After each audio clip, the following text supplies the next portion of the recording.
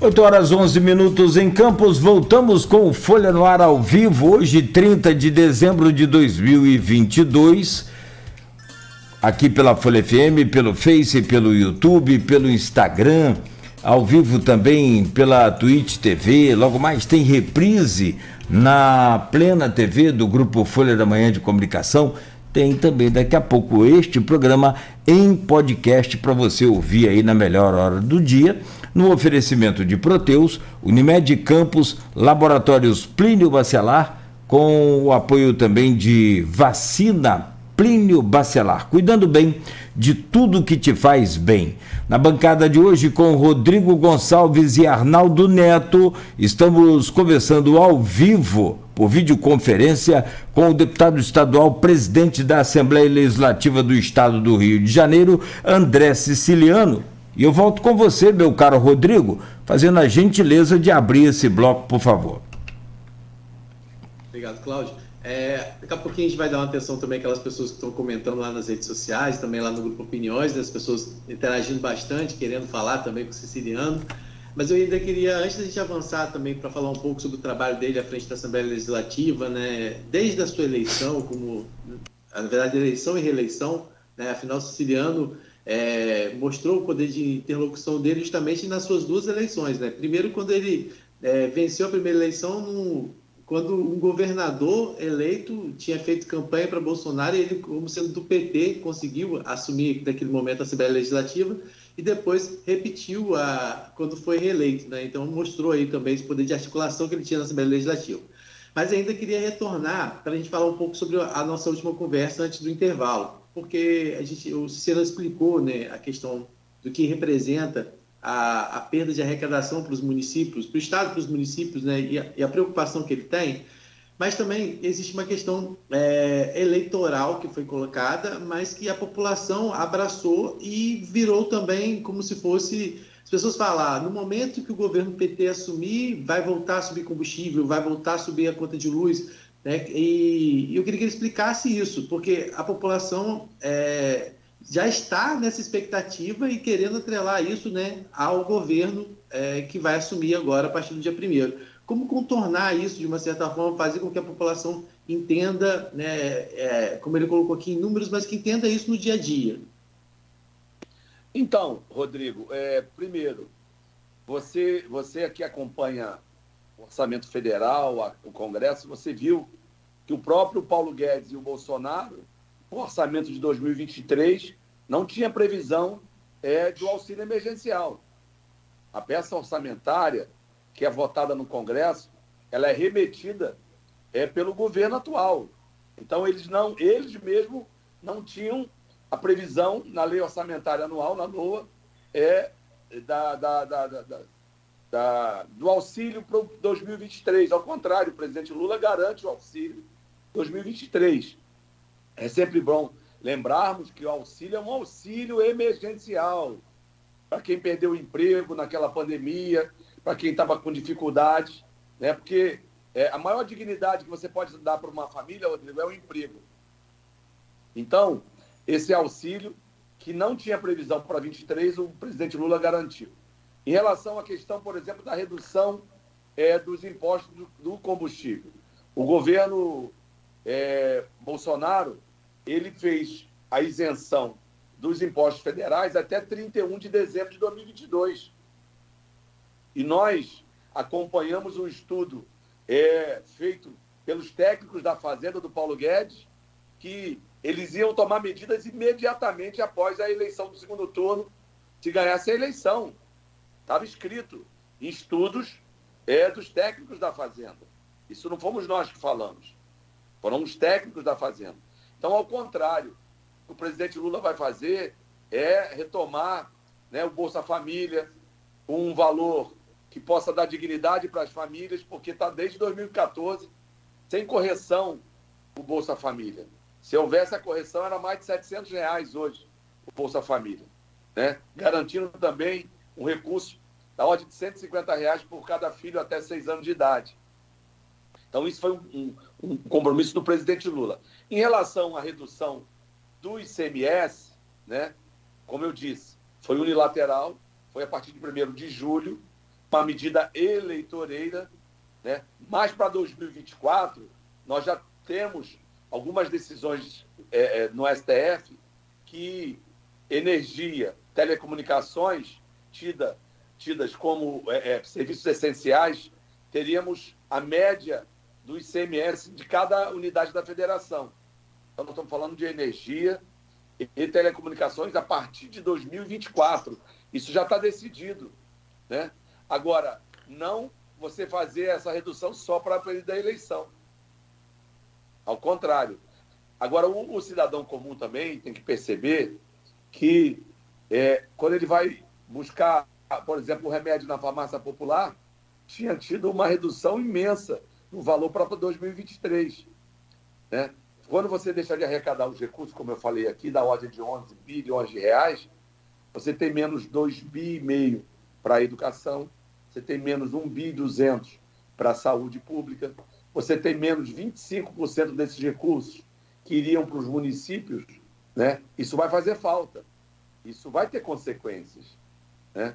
Agora, tem que ser com muita transparência e sempre muito diálogo, como eu falei, né? Porque não dá para você tomar uma medida unilateral onde você quebra os municípios e dificulta muito a vida dos estados. Tomara que eu esteja errado na minha previsão. André, queria falar um pouco sobre os seus mandatos de presidente. O que você pontua como principais ações nesse período? Essa questão, por exemplo, de auxílio direto aos municípios, já puxando uma polêmica aqui para Campos em relação a recurso para o solar, para a reforma do solar do colégio. Essas novidades que foram implementadas são legadas? Você acha que vai ter continuidade na casa? Eu não tenho dúvida, né? Eu não tenho dúvida. Agora, o que eu diria, o que foi lá o ponto forte desse período que a gente ficou na presidência? Primeiro, interinamente, de 17 e 18. Depois, efetivamente, a partir de 19. Primeiro, um diálogo com todos os partidos, muita transparência nas decisões através do colégio de líderes, a descentralização orçamentária que a gente fez. A gente tomou algumas medidas de mais transparência em relação aos gabinetes, né? A gente mudou muitos procedimentos internos, isso possibilitou a gente economizar recursos. A gente tomou muitas medidas administrativas de transparência e de economia, né? Mas a gente fez, nesse período, o mandato de deputado. No meu mandato, eu fui autor da lei que criou o auxílio emergencial estadual, o Supera RJ. Eu sou autor da lei que criou o Fundo Soberano do Estado, que nós vamos ter mais 3 bi e 200 milhões de reais.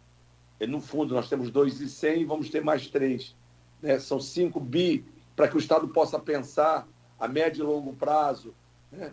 Nós, via Assembleia Legislativa, Arnaldo, a gente fez alguns estudos importantes sobre o setor de óleo e gás. A gente fez uma nota técnica das potencialidades, ouvindo as reitoras, os reitores, os economistas, ouvindo sindicalistas.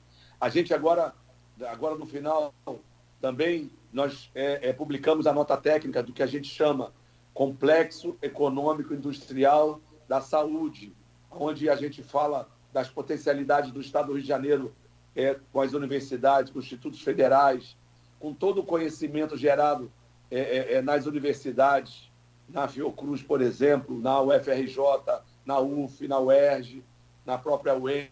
São tecnologias desenvolvidas e produtos que podem ir para o mercado e isso gerar riqueza para o Estado do Rio de Janeiro. Que a gente fala desse complexo industrial da saúde, da potencialidade de gerar riqueza no Rio de Janeiro, desenvolvimento econômico, né? Nós fizemos um estudo que a gente chama da matriz, insumo e produto da nossa economia. Uma parceria que a gente contratou a UFRJ e a Rural, as duas universidades federais aqui presentes no Estado, que estudou toda a cadeia produtiva do Estado do Rio de Janeiro, de cada setor, né, que a gente chama de matriz, insumo e produto. Isso é uma ferramenta poderosíssima para você falar de desenvolvimento econômico de regiões e do próprio Estado. Então, a gente contribuiu muito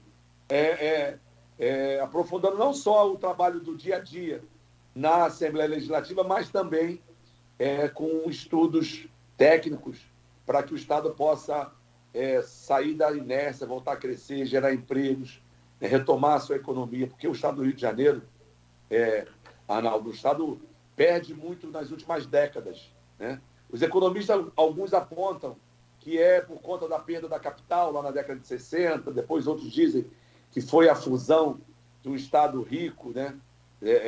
Da Guanabara com o Estado do Rio de Janeiro. Mas o fato a gente perde muito. Nós deixamos de ser a segunda economia da federação. Nós éramos, por exemplo, o segundo estado em números de empregos direto na indústria. Hoje nós somos o 6º estado. Nós perdemos para Minas Gerais em segundo lugar, depois Santa Catarina, Paraná, Rio Grande do Sul. Hoje nós somos o 6º estado em números de empregos na indústria.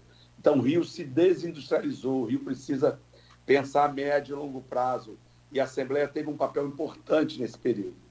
Serão legados que nós vamos deixar, né? Essa questão da matriz de insumo e produto, então, é uma ferramenta poderosíssima para os governos dos municípios e do Estado, para o servidor da fazenda, do planejamento dos municípios e do próprio Estado, né? São estudos com muita base técnica, que estuda o problema, estuda o efeito do problema e a potencialidade do crescimento. Então, isso vai ficar um legado para o Estado do Rio de Janeiro, nesses 3 estudos, né? 2 notas técnicas, óleo e gás, complexo industrial da saúde e matriz de insumo e produto.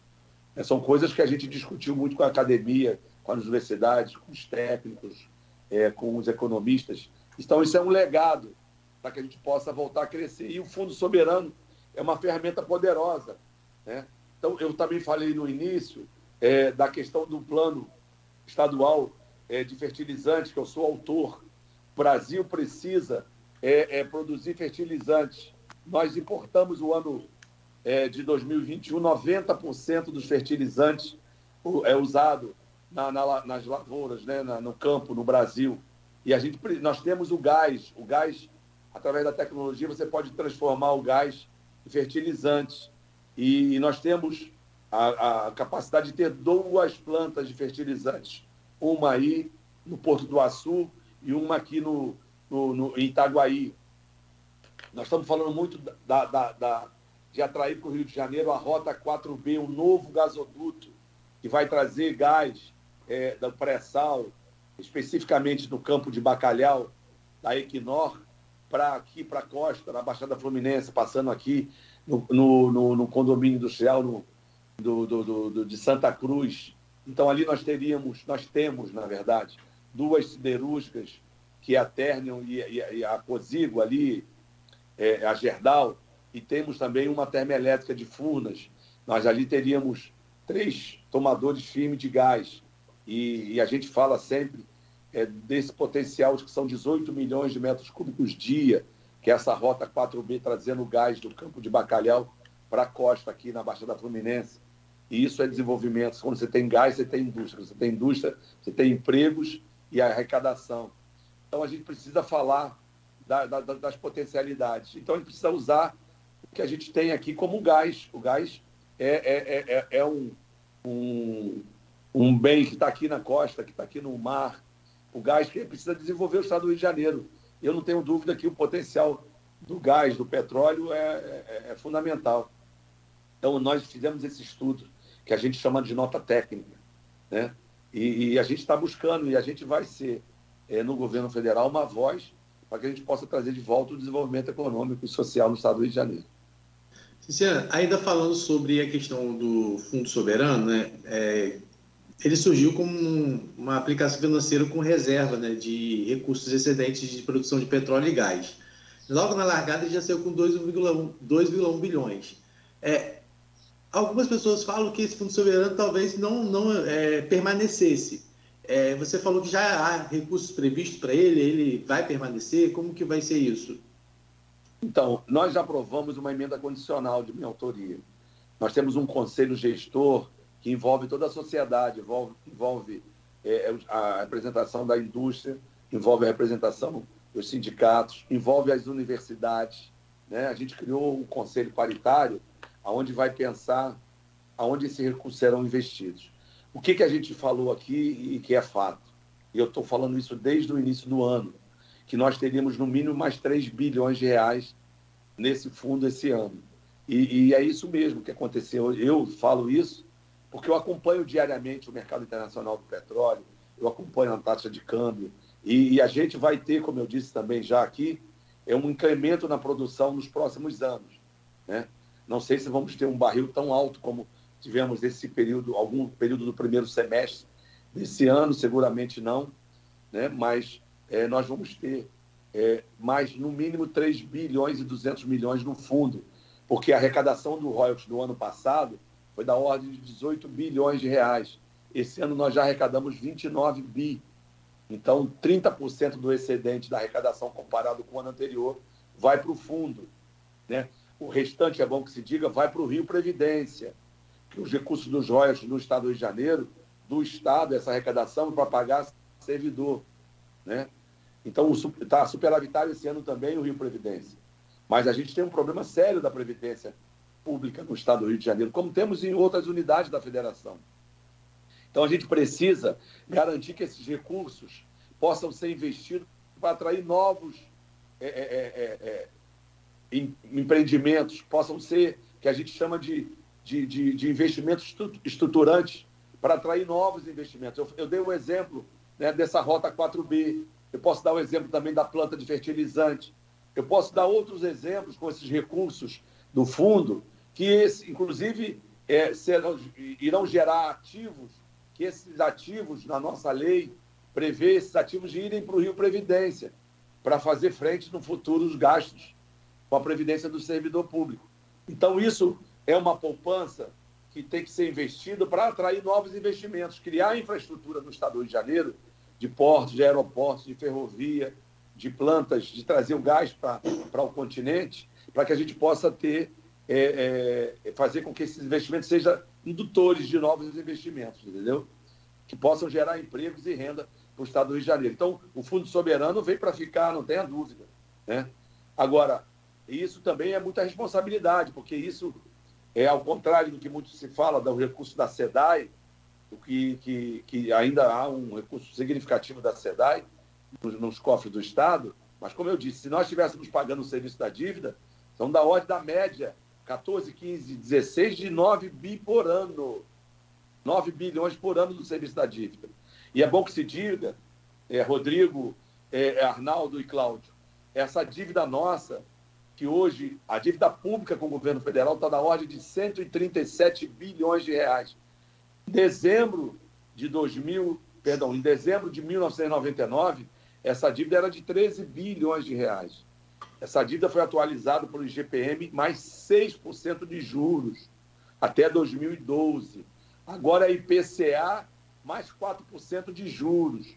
Para vocês terem uma ideia, quando a gente pega a correção do IPCA de dezembro de 99 com dezembro de 2020, essa correção foi da ordem de 319,7% do IPCA, a inflação desse período. Quando você pega a taxa Selic desse mesmo período, foi 1.436% de correção. 1.436% de correção. Então, o governo federal não pode ser um agiota dos estados. É isso que tem acontecido. Essa dívida a gente não consegue pagar nunca. Porque, como eu disse, a média da década passada foi da ordem de 9 bilhões de reais o pagamento anual. E a gente precisa rediscutir isso num novo acordo de um pacto federativo. A gente não pode ter uma medida unilateral como tivemos no início de no início de julho, quando o Congresso vota a PEC, a Lei Complementar 192 e a 194, que tira a receita dos estados e dos municípios, sem nenhuma compensação. Então, e que foi a quebra do Pacto Federativo. Então, a gente precisa pensar os estados e os municípios para o futuro, a gente precisa pensar num novo modelo de previdência pública, porque nós temos aqui 180 mil contribuintes para o Rio Previdência, sendo 250 mil beneficiários de aposentados e pensionistas. Se nós olharmos esses 180 mil que estão contribuindo, 52 mil desses 180 já poderiam estar em casa, porque eles estão na ativa por conta do abono permanência, que o Estado deixa de cobrar os 14% do servidor, que já está na época de aposentar, e o Estado aporta esses recursos no Rio Previdência. Então, a gente precisa falar disso, porque isso é problema para o futuro.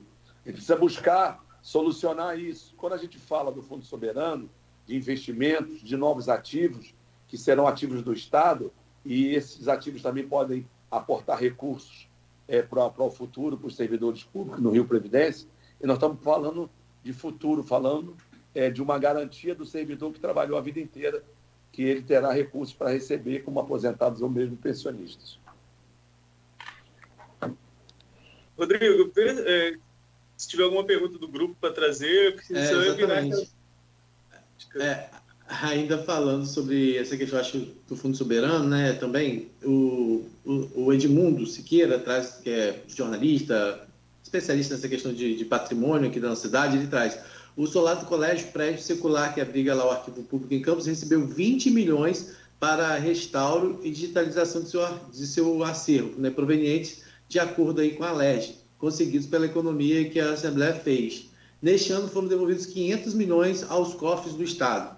A demora na aplicação dos recursos para o arquivo, que estão há um ano parados sob a guarda da UENF, atrapalhou a vinda de novos recursos da LERJ para outros patrimônios campistas?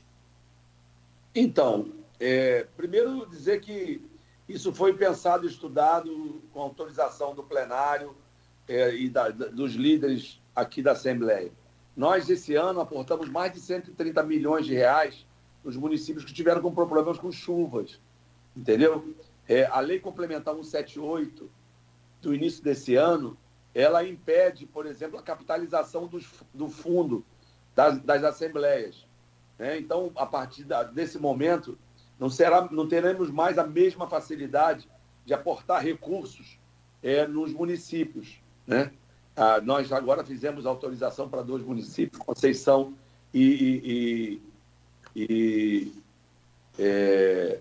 no nosso prefeito Bernardo, aí próximo daí de Carapebus, nós fizemos 2,5 milhões para cada um dos municípios, tiveram problemas agora. Vamos aportar 8,5 milhões no Hospital Federal aqui da Unirio, né, do Gafreguini, que corria o risco de não ter recurso nesse final do ano. Mas essa facilidade de aportar recursos nos fundos do Legislativo, ela vai mudar muito a partir da Lei Complementar 178. Mas esses recursos que a gente devolveu também, o Estado vai fazer o melhor uso dele, né? Também ajudando os municípios, eu não tenho dúvida. Porque a gente fez nesse período, como eu disse, implementamos novos procedimentos, fizemos essas economias, que isso também volta para o Estado e isso possibilita mais recursos para a saúde, para a educação, para que o Estado possa aplicá-los.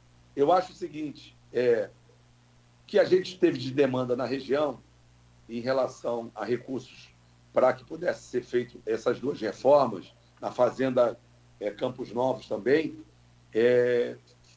para a gente preservar o patrimônio histórico do nosso Estado, a história do antigo Estado do Rio de Janeiro, né? Essa fazenda lá em Cabo Frio, que é uma fazenda que tem um simbolismo, né, em relação a um período muito difícil da nossa história, né? Então, a gente também fala de cultura, de história, de preservação, isso é fundamental. A Campos Novos. Então, eu não tenho dúvida. Mas a gente tem também como o próprio Fundo Soberano, que vai poder aportar recursos também em várias áreas.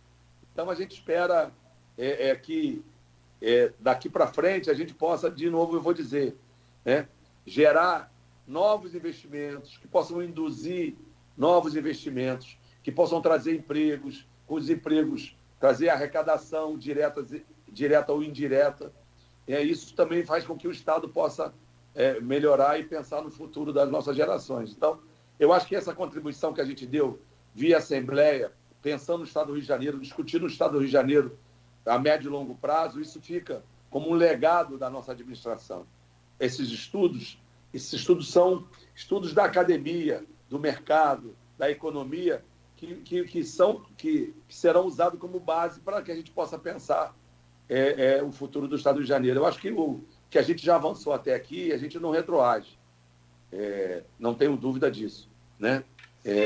A Assembleia tem mudado bastante, mudou em 2018, das 70 cadeiras, com 36, e agora também com 32. Eu não tenho dúvida, nós vamos avançar muito. E eu torço para isso, dei a minha contribuição, fui candidato ao Senado, e achava que também já tinha dado a contribuição no Parlamento Estadual, e a gente espera a continuidade disso, os avanços, para que o Estado possa mudar a página, porque, como eu disse, se o Estado também estivesse pagando o serviço da dívida, nós continuaríamos no caos. E a gente precisa pensar o Estado do Rio de Janeiro além do regime de recuperação nos próximos anos.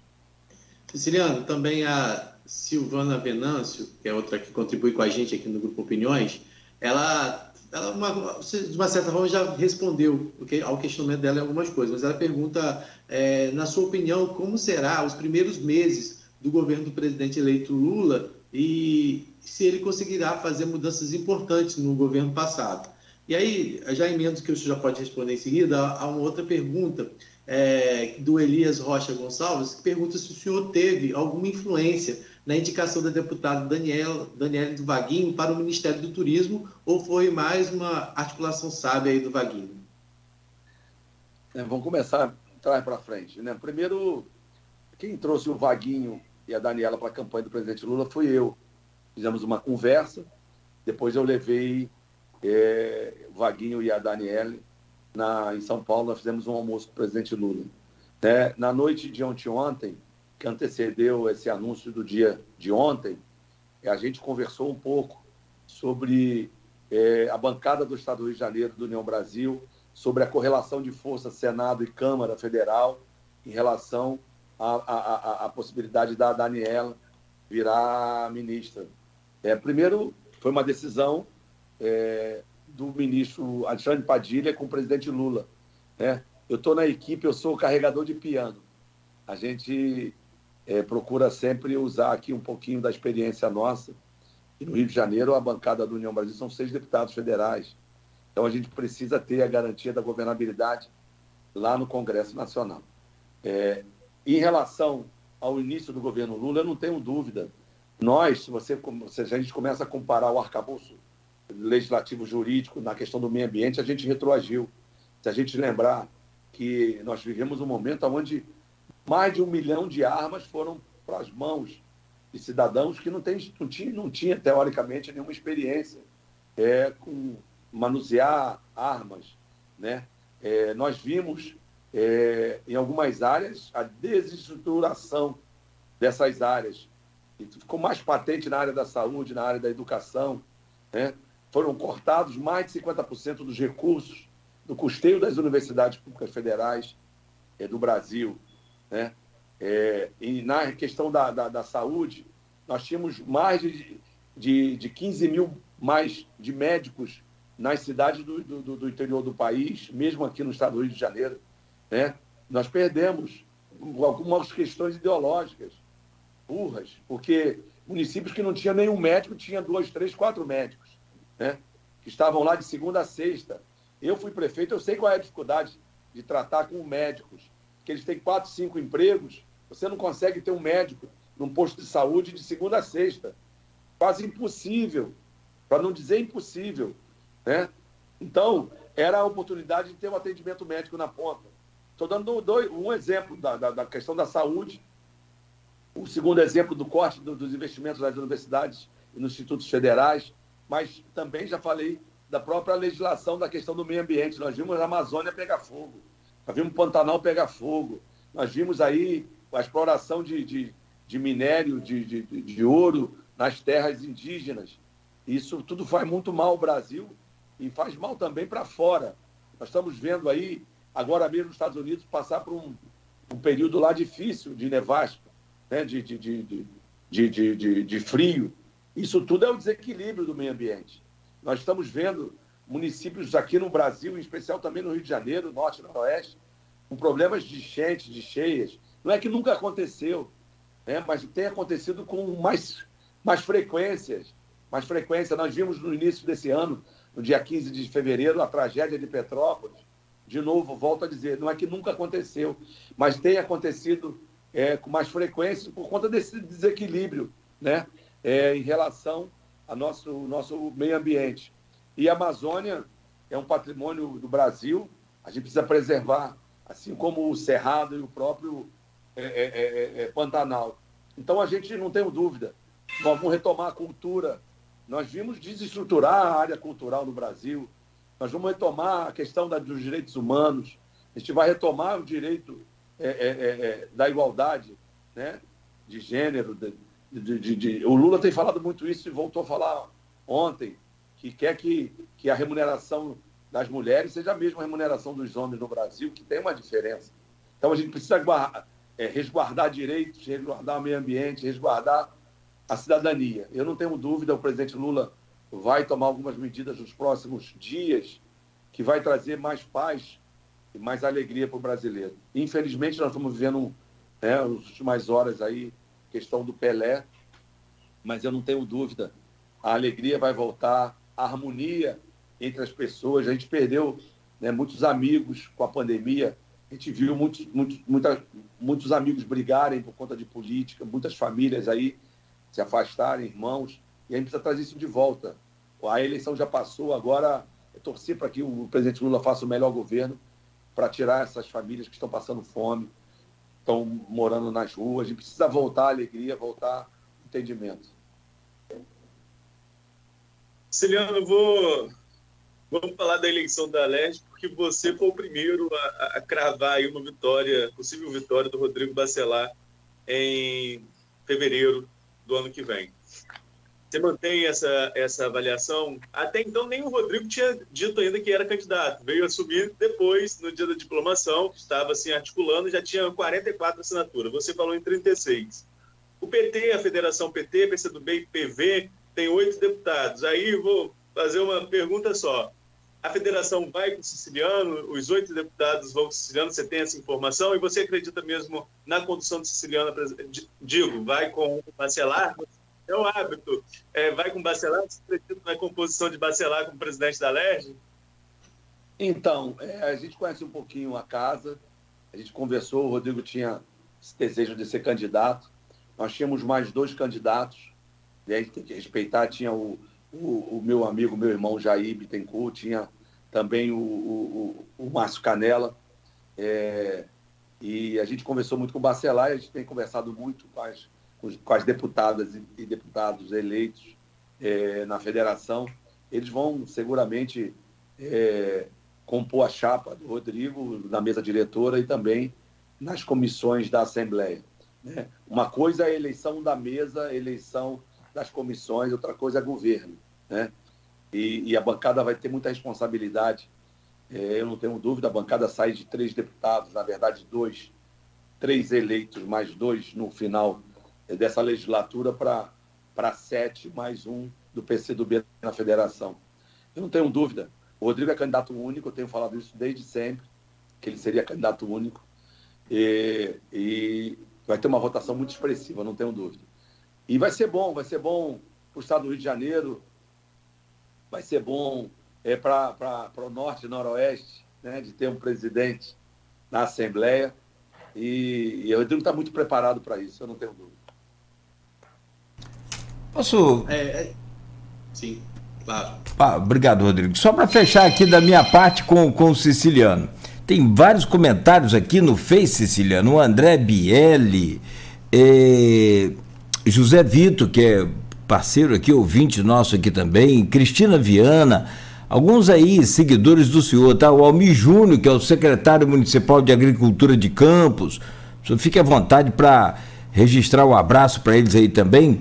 A Adriana Mota, parabenizando o senhor. A vereadora Ana Cris Gêmeas, que a gente falou aqui, ela é lá de Mesquita, não é?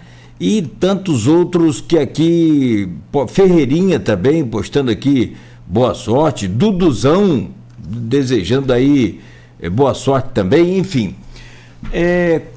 Como que o senhor viu a eleição da Carla Machado no PT? Carla Machado de São João da Barra. Então, a Carla, ela ficou 2 vezes por pouco, né? 2 vezes suplente, né? Não é isso? Não, uma vez. Foi uma só? E faltaram poucos votos. Ela tem muita experiência. Eu acho que ela será uma grande representante do Norte e Noroeste. Eu não tenho dúvida. Ela é experimentada, tem muita experiência aí na administração, e a gente precisa ter na Assembleia deputados que conheçam a realidade dos municípios, né? Que já conviveram na administração municipal, sabem da dificuldade do dia a dia, né? Da falta de recursos, da saúde, da educação, né? Eu não tenho dúvida, ela vai fazer um mandato bacana, brilhante. E eu quero, mais uma vez, dizer do que a gente espera para o futuro, né? Eu vou mudar para Brasília a partir de fevereiro. Eu estarei lá diariamente, diuturnamente, né? Junto do ministro Alexandre Padilha. Como eu já disse para ele, serei um soldado, né? E eu quero ajudar a construir um Brasil melhor, um Brasil de paz, um Brasil onde a gente fale de educação, de livros, não de armas, né? Possamos falar de amor e não de ódio, porque isso não soma, isso faz com que a gente possa ver o que a gente está vendo aí ultimamente, famílias parando, irmãos parando de falar, amigos, né, parando de falar, e aí precisa voltar a essa harmonia. O brasileiro sempre foi lembrado no mundo inteiro como um povo alegre, um povo unido, né? E a gente precisa disso de volta. Então a gente quer contribuir com isso, quero contribuir muito com o governo do presidente Lula, ajudar o governo, ajudar os estados, ajudar os municípios, em especial o Rio de Janeiro. A gente está muito preparado para falar dos problemas do Rio e de possíveis soluções, entendeu? De possíveis saídas, né? Porque ninguém quer o Rio de Janeiro, nenhum morador de outro estado quer o Rio de Janeiro pobre, quer o Rio de Janeiro com violência, sem perspectiva de futuro, né? Então eu quero aproveitar também aqui e agradecer aí o meu xará, o BL, o Vitor, Cristino, Almir, Júnior, a Adriana, a própria a Cris Gêmeas lá, e agradecer mais uma vez o carinho de vocês aí, da minha tia Diva aí. Muito obrigado por essa oportunidade aí, amigo. Muito obrigado mesmo. Eu sempre procurei, como prefeito, a gente prestava conta às rádios, é fundamental. A rádio tem um papel fundamental, né, no mundo inteiro. E muita gente acha que a rádio, vem aí o jornal, vem a televisão, a rádio vai acabar, vem a internet, a rádio vai acabar. Pelo contrário, a rádio se reinventa e é um instrumento poderosíssimo, né, de comunicação, de participação, e é isso. Eu quero mais uma vez aí agradecer o Cláudio, aí, o Rodrigo e o Arnaldo. Nós é que agradecemos. 2 horas de entrevista aqui. Cláudio. Opa, sem som. Para aí, só um minuto, segura. Desculpa, Cláudio. Perdão, é porque eu fico aqui no microfone da rádio e acabo esquecendo do WhatsApp. Perdão, nós é que agradecemos, Ceciliano. O senhor está em Brasília, né? Está indo para Brasília hoje ou amanhã? Não, no domingo, no dia 1º, depois da... o senhor falou na hora do voo lá, sim, porque tem... Tem que empossar Castro primeiro, que se for para lá, é porque eu fiz confusão com a Cris Laranjeira, conversando com ela, acabou que eu confundi a agenda. Mas, sobretudo, vale aqui, são 2 horas de entrevista, o carinho que o senhor tem pela gente, pelo rádio, isso, claro, é evidente que nos encanta, nos deixa felizes, sabendo da consciência, né, dos políticos sobre a importância dos veículos de comunicação tradicionais, como o rádio, aqui, usando todos os meios de comunicação, né, o omnichannel, na verdade. Também amanhã vai ter boa parte dessa entrevista no jornal Folha da Manhã, preparado aí por esses 2 baluartes, né, do jornalismo moderno e dinâmico, o Arnaldo Neto e o Rodrigo Gonçalves. Então a gente fica muito feliz de poder contar com sua presença aqui nesta manhã, sabendo de que estaremos também podendo contar em outras oportunidades assim que o senhor assumir essa pasta aí em Brasília. Agradeço em nome de toda a equipe, desejo boa sorte para o senhor, porque boa sorte para o senhor também é boa sorte para o Estado do Rio. Eu tenho certeza disso. Muito obrigado. Obrigado, Cláudio. Mais uma vez aí agradecer o Rodrigo, o Arnaldo, e mandar aí um abraço carinhoso para a família dos nossos queridos e saudosos Gil Viana e João Peixoto, né? Que infelizmente perdemos, né, para o Covid-19. Mandar um abraço aí para o Bruno, filho do Gil, para a família do nosso Joãozinho, também querido. E agradecer mais uma vez a oportunidade aqui, dizer que vocês não vão ficar livres de mim, não. Mesmo em Brasília, com essa tecnologia, a gente vai falando, tá bom? Com certeza, vai ser um prazer. Rodrigo? Não, eu quero agradecer ao Siciliano pela atenção e também, né, por ter nos proporcionado aí essa experiência que ele vai, não só como prefeito, né, como também como deputado, presidente da LERJ, e agora indo para Brasília aí, né, e para a gente foi também um ensinamento hoje ouvir ele, sobretudo uma pessoa que entende de finanças e que trouxe bastante esclarecimentos para a gente. Agradecer, acima de tudo, a receptividade também do Arnaldo, que hoje se despede aqui da gente como oficial dessa bancada, uma pessoa que eu tenho o prazer de trabalhar, tive o prazer de trabalhar e com certeza vamos trabalhar muito junto ainda. Vai estar aqui com a gente com certeza como convidado, porque é uma pessoa que agrega bastante, mas desejar, acima de tudo, sorte para o Arnaldo, né, nesse ano agora que está se iniciando, que vai com a chegada do filhão, né, e também com os novos desafios que estão vindo, e dizer que é um prazer dividir esse espaço aqui com ele, mesmo que só rapidamente, né, não tiver a oportunidade de dividir em outros momentos, mas dizer que é um prazer ter ele como amigo e também como jornalista, a referência que ele é aqui para a nossa região. Parabéns. Valeu, Nogueira, Rodrigo, André, agradecer também pela disponibilidade de sempre, né? A gente fica aqui no interior cobrindo política, às vezes fica um pouco inacessível o governador, inacessível o presidente da LERJ, isso não aconteceu em momento nenhum. Enquanto presidente da LERJ com o André, sempre esteve aqui, sempre foi receptivo com a gente, conseguimos falar com ele por telefone, quando não conseguiu por telefone, via assessoria, sempre disposto a falar com o interior, que é importante, né?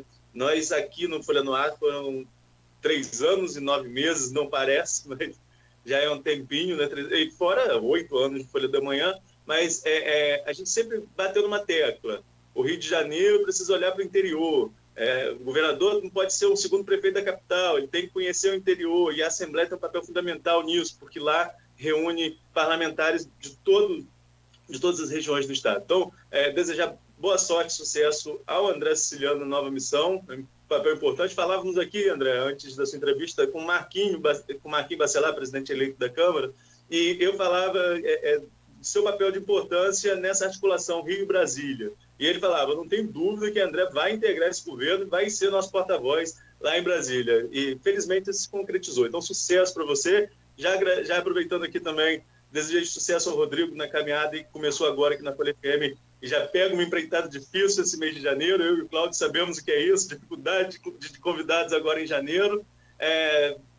Estou deixando a bancada, mas foi uma decisão que já estava trabalhada há um tempo, vimos conversando há um tempo. Desejo todo sucesso ao Grupo Folha, ao Folha no Ar. O sucesso do Grupo Folha já é consolidado, mas o programa Folha no Ar, do qual faço parte desde o seu primeiro dia 28 de março de 2019, passamos um período difícil da pandemia, nos adaptamos a esse modelo, videoconferência, para poder manter entrevistas. Nesse período, grandes nomes, Gabeira, nomes do jornalismo, né, Gabeira, a nova ministra do Meio Ambiente, Marina Silva, Ciro Gomes, candidato a presidente, João Dória para candidato a presidente, enfim. Se a gente for enumerar aqui, a gente faz mais um programa só relembrando os grandes entrevistados. O André, que com a gente já participou em algumas oportunidades, inclusive o André Nogueira, a gente pode lembrar que durante a pandemia foi um dos poucos que quebrou o protocolo, né? Desbravador. Falou, vou aí pessoalmente, vamos manter o protocolo, mas vou aí pessoalmente. Foi muito bom. Veio aqui ao estúdio pessoalmente com a gente, mesmo nesse período de pandemia. No mais, desejar um feliz ano novo e sucesso para todos vocês.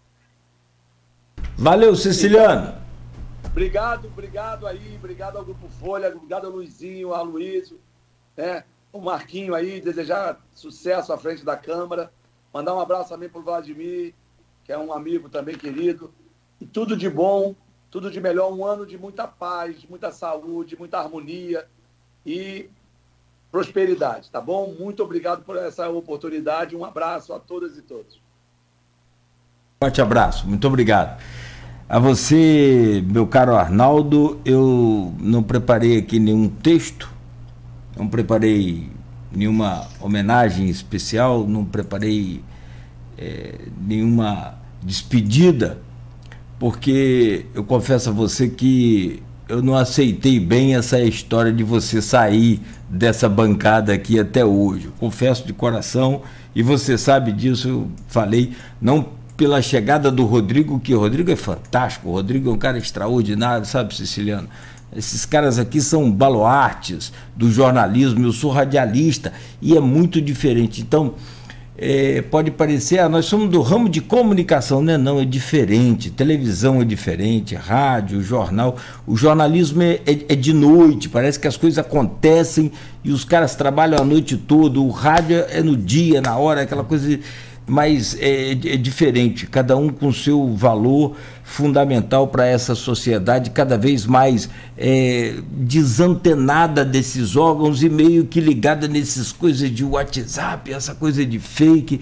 Então o Siciliano falou que o rádio se reinventa e ele se consolida cada vez mais, assim como o jornal e o jornalismo que você, Arnaldo, faz, em cima do combate à fake news. Olha, eu confesso a você, meu caro Siciliano, senhor que nos honra aí com essa despedida aqui do Arnaldo acompanhando, eu trabalho nesse grupo aqui há 22 anos, eu estou desde 2020 nesse grupo, desde a extinta TV Planície e até agora com a Folha FM, passando pela Continental, Rádio Continental AM.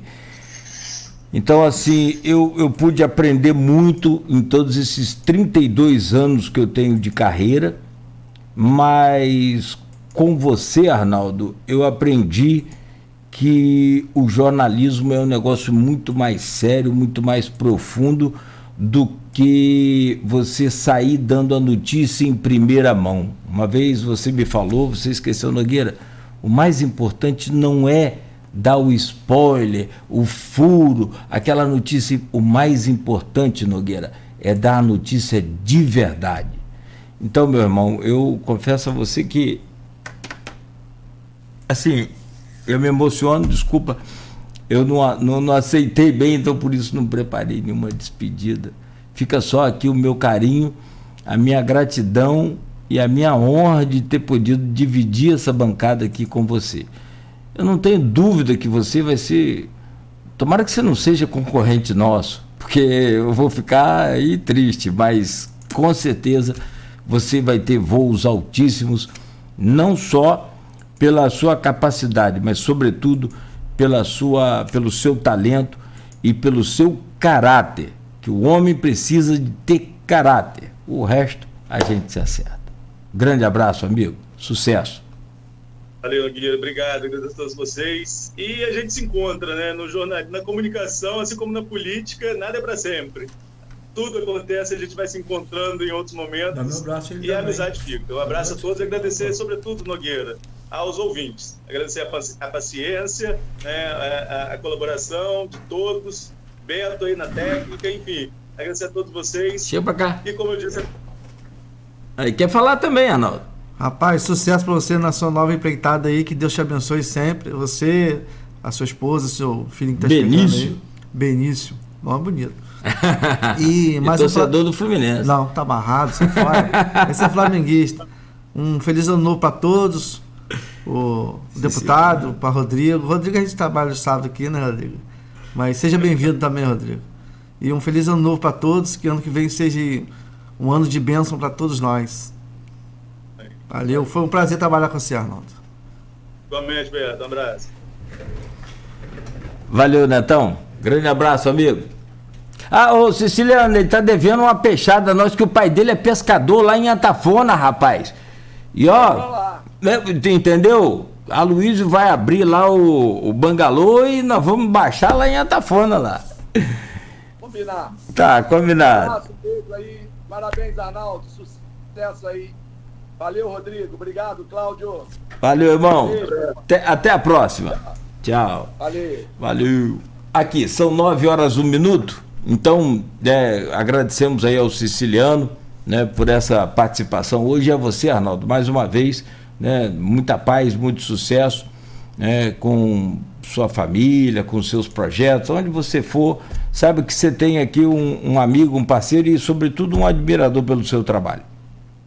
Valeu, Nogueira. Valeu, Rodrigo. Mais uma vez, reforço, sucesso a vocês. E a gente se encontra na comunicação, ninguém some, né? Todo mundo se encontra em algum momento novamente. Tá certo. E a você, meu caro Rodrigo, que você tenha muita paciência para me tolerar. Assim como Simone, que me tolera há 30 anos, hoje estamos completando 30 anos de casado, mas ela agradece parabéns! Ela agradece todo ano a Santo Antônio. Santo Antônio foi justo.